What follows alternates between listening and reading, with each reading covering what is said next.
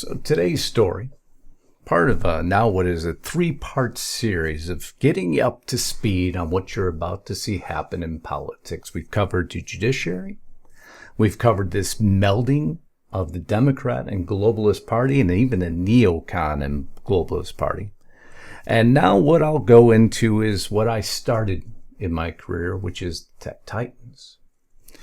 And how does this all relate when these dangerous liaisons are sitting by your side? Because they weren't there before.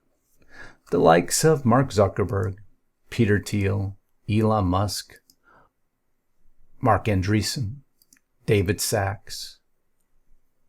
Now why suddenly have they all navigated to President Trump's side? It's a big movement because these guys make the world go round, not only financially, but through technology. And they were once very closely aligned with the Biden administration, or were they? You see, this story in itself is very indicative of how the sub-government operates. And again, remember, when these guys are next to you, well, trouble follows. And that's the story I'll bring you in just 1 minute.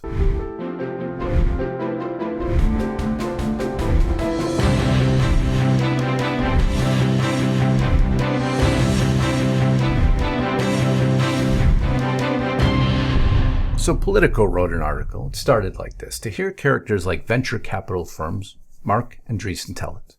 Much of their current support for Trump has to do with a Joe Biden administration that attempted to throttle tech innovation. Kind of. It's not entirely true. In December, Andreessen said in a podcast that he and other tech figures had meetings with Biden officials that were absolutely horrifying. We came out basically deciding that we had to endorse Trump, but why? What has made this fundamental shift in the tech titans from Biden supporters to Trump supporters? Survivalists? It's a question you need to understand this dynamic of parallel governance and what's about to happen. Because it may reflect poorly or positively on Trump, or poorly or positively on ex-President Biden. But we're going to dive in much deeper. The Politico article was the Democrats still may not understand what they're dealing with, and that is a very true statement, because they don't. Because if the funding doesn't shift, Democrats don't stand a chance in the midterms or the next election. And for all intents and purposes, right now, they don't. Because the tech titans have shown no desire to change their position. But why, you might ask? Listen in here for just one moment. It feels like the last decade has been a very emotionally dark and repressive time. In many ways, Silicon Valley was on the vanguard of, what you might call sort of a soft authoritarian, kind of social revolution starting about 10 years ago, 12 years ago. And that soft repressive authoritarianism, had a real negative impact on basically my whole world, the tech industry, the country. And, we'll see. It certainly feels like that's cracked. I get all these little data points on kind of things that are changing. So that was Marc Andreessen on Honestly with Barry Weiss on the podcast, stating that the authoritarian regime was the Obama regime. But the Democrats are the one calling the Trump regime the authoritarians, which I've told you time and time again is exactly what they do. They call you what they are. It's their modus operandi.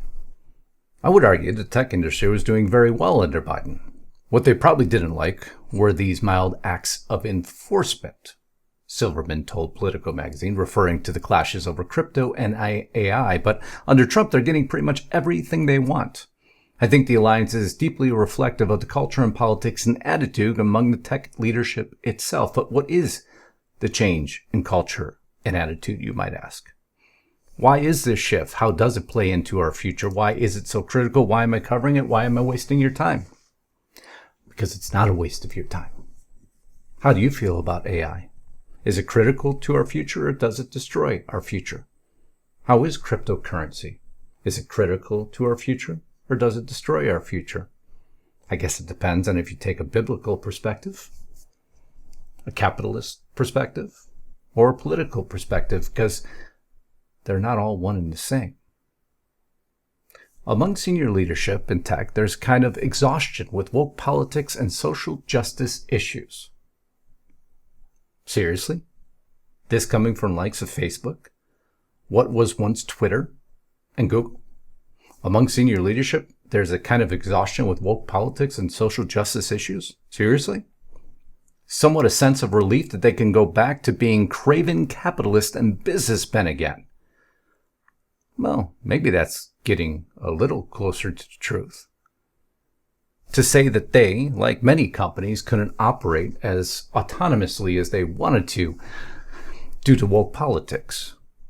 And, let's get a little closer to the truth, they couldn't profit as much as they want based on the Biden administration's policies. Although, that isn't always fundamentally true.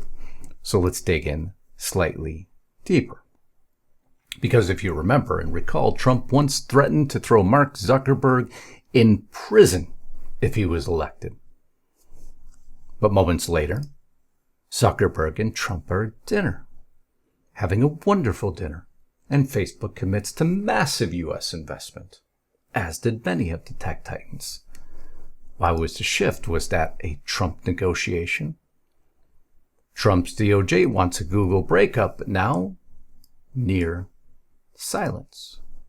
Silicon Valley and the defense industry, or the Defense Department, and then the DoD and DARPA helped give us the internet. You see, once closely aligned, Silicon Valley in the 50s, 60s, and 70s, the government needed the tech titans because they were further developed than the Department of Defense ever could be. And without them, you wouldn't have the internet. So what did the government do? They do what they always did. They used tech titans to build what they couldn't. And by building what they couldn't, they, of course, gained control into what they couldn't have control. And they used that through the Bush years to, you better believe it, to monitor us at all times. At first, you had this revolving door between the tech industry and the defense industry that really increased in speed under Obama. And this is also a period where a lot of war on terror practices, including mass surveillance under the George W. Bush administration, became more institutionalized and codified under law, and hence the tech titans gravitated towards government. They made money. Government got what they wanted. Mass amounts of surveillance. And the tech titans brought it to them. Dangerous liaisons. When they are by your side, trouble always follows. The title will start to make a lot of sense. Now, before I continue, we're going to go a little bit rapid fire now. I want to thank you all again for helping this channel to continue to grow. I hope if you haven't subscribed already and you're new here, you will. You've all made a difference in this channel. By simply subscribing, it helps the algorithm know this news matters. I try to keep a very moderated, educational, journalistic style that no longer exists in the media ecosphere anymore. And because of that, because of your subscribes, because of your comments, your shares, your joining as members, this channel has absolutely exploded. And I thank each and every one of you for that. For those of you who have the means to, as additional support, I'd love you to go to our home platform of news, which is restrictedrepublic.com. Lisa Haven and I created that as your bastion of what is uncensored, unfiltered news. We report on daily, featured, exclusive content. If you can get there today, there's monthly and annual subscriptions available to you, a catalog you would take you months on top of months to ever get through. It's the information you've been looking for. You got 14 days for free to check it out. Just get over there, try it out on us. If you don't like it, go on your dashboard and cancel. No harm, no foul. It's why we created it that way. We're that confident that once you see what exists under restrictedrepublic.com, you'll go nowhere else for your news that matters. Join us there today, but now let's get back to this broadcast. So let's go back to this argument of mass surveillance, because it's not only mass surveillance, it's weaponization, isn't it? You remember once Google fought back about ever using AI in the Defense Department, only later to drop its promise to not use AI. Because why? There's a lot of profit in it, isn't there? And ultimately, profit tends to override everything. But Google's workers didn't really like that so much. But Google didn't care. And I'll show you what they did later, because they thought that based on the gamer community of Call of Duty, that wouldn't be such a big deal, that most of their new workers would have just went along with it, and they had enough workers that did go along with it. And so their technology became very effective. But here was where the confusion came in. You write that under President Joe Biden, the tech industry and the U.S. government were arguably closer than ever, though their policy preferences diverged on antitrust matters. But on core issues of national defense and the tech industry role in it, there was little daylight between the two sides. So why is there now so much animus among the groups towards Biden if the sides kept working together? Why do you hate him now? It's a question that shapes in everything that you need to understand. Because Google's ex-CEO was building kamikaze drones. Another tech titan startup, Anduril, was supplying drones to Ukraine. So it appears that they were working hand in hand with Biden. But again, why the animus? Marc Andreessen said that the red line was this proposed tax to unrealized capital gains. It became a money game. And Trump changed that, which really would only affect billionaires, which they all were, and maybe a few very rich millionaires. It was something that was never even actually implemented. Andreessen also said that they went to a meeting at the White House and the Biden administration just wanted to destroy AI. You see, what this goes to tell you is the Biden administration and everything we've seen through all the mixed messaging, and now has become the Democrat Party through mixed messaging, is as confusing as you believe it to be. There is no message. There's no consolidated message.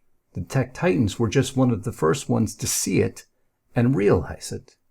You want us for AI to build your weapons stronger out of one breath, but on the other breath, you want us to destroy AI. You want to control it. You want to cripple our profits. So which is it? They became confused. And so eventually they rebelled against President Biden. And they backed President Trump, a more consistent and consolidated message. Agree with that message or not, it's where the fundamental shift happened. The Democrats to today still don't have a consolidated message, basically on anything. And why? Because if you watch my prior broadcast, the Democrats of new aren't the Democrats that they used to be. They answer to a different power. They answer to a power that's not beholden to our Constitution or our current government. They have different interest. Their interest is against Western government, which technically doesn't care if we defend ourselves, doesn't care that our technology grows, so hence they don't care about the tech titans. President Trump does. President Trump cares about our defense. President Trump even changed the name to the Department of War. And who would benefit by that? The tech titans that he drew in closer, and they drew closer to him, knowing that this was all coming. What did he put all his money and discussions in these tariffs on? The development of AI. What is he enforcing and pushing for right now? Rare earth minerals. And why? Because it's needed for supercomputing, for everything they need to build their technology further. He's giving them everything they need. And will he tax them into oblivion? Absolutely not. What they probably didn't like were these mild acts of enforcement. In fact, the interest rates were still where they weren't where they wanted them to be. It all came down to money. So you think they had a problem with not getting exactly what they wanted from the Biden administration? Yeah. A simple way to put it is that this is a group of people used to getting everything they wanted. What's proof of that? Just watch with the Trump relationship with Elon Musk. The minute Trump revoked Biden-era incentives on EVs, what happened? Their relationship fragmented. These are crybabies. Used to getting everything they want whenever they want it. When you have that much money, you don't live in this reality. You live in a reality where you get whatever you desire. And when you don't, you cry, you pout, and you run away. Do they feel they're getting everything from Trump? I would imagine so. But there's always room for discontent, and we saw that with Elon Musk. So what happens now? President Trump took all the woke politics away and is taking it all away. What does Google do? Suddenly, with Project Maven, they had an uprising within their ranks. And before, that would have been allowed by Google. Now, Google employees have had silent protests over the company's work for the Israeli government. These Google employees have been immediately fired. The tech titans tend to conform to current politics. They always have, and they always will. Don't think for a moment that I think they're a group of good guys. No, they are chameleons.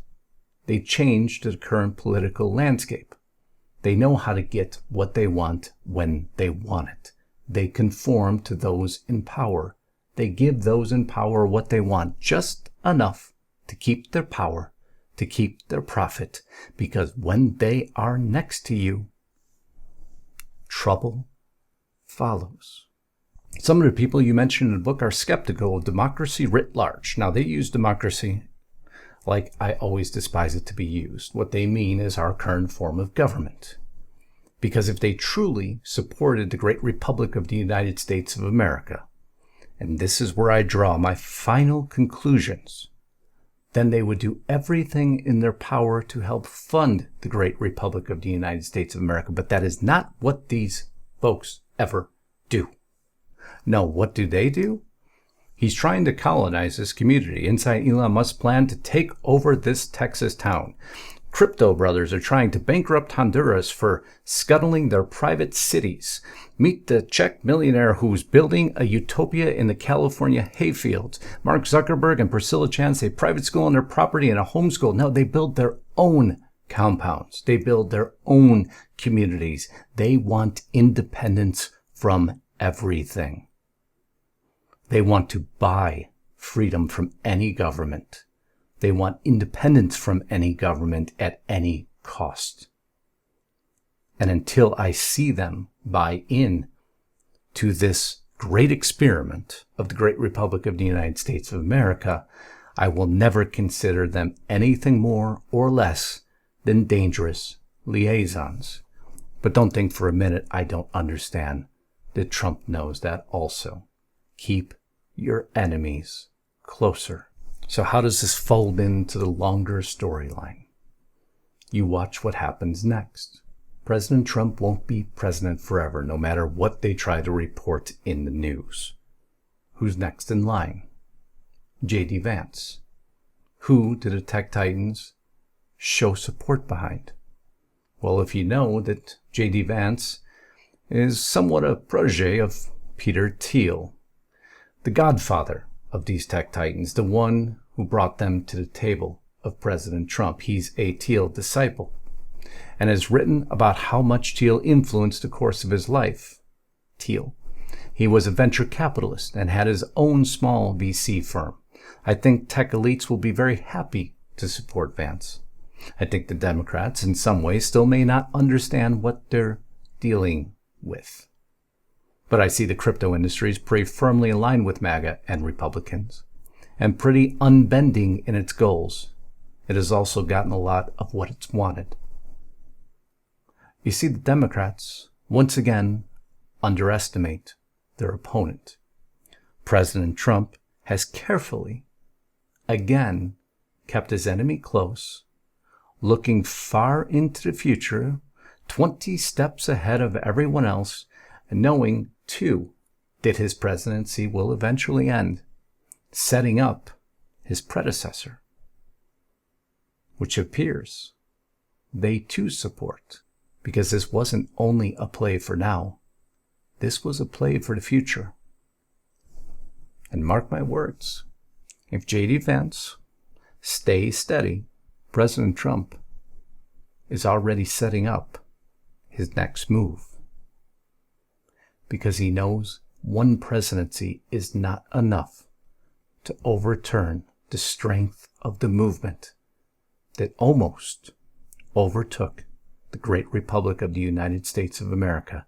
We will need 2 or 3 terms minimum to undo the damage that was done.